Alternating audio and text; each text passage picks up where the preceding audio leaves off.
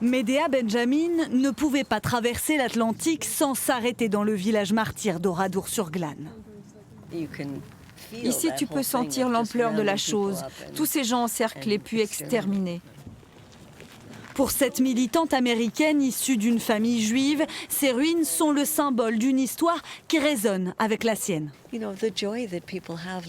On imagine la joie que les gens avaient de vivre dans une magnifique ville comme ça. Tout ça a été effacé du jour au lendemain avec tant de cruauté. Et on se demande comment des gens peuvent faire ça à d'autres. Ça me rend vraiment triste pour les droits humains.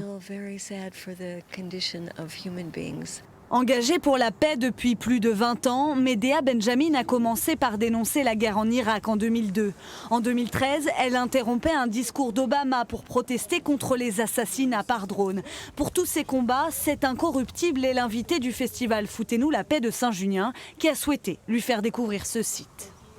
On est dans un territoire chargé d'histoire, d'histoire tragique et aussi de faits un peu plus héroïques avec la résistance. Donc, chaque année, on souhaite que les invités puissent découvrir cette histoire, que ça alimente les débats tout au long du festival.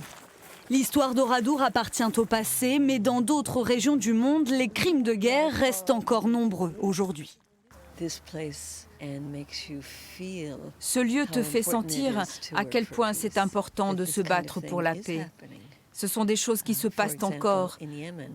Par exemple, au Yémen, mon gouvernement et le gouvernement français vendent des armes à l'Arabie saoudite qui s'en sert pour détruire de magnifiques villes comme celle d'Oradour. Oradour rappelle que la paix est un combat incessant auquel Medea Benjamin continue de croire et de défendre partout dans le monde.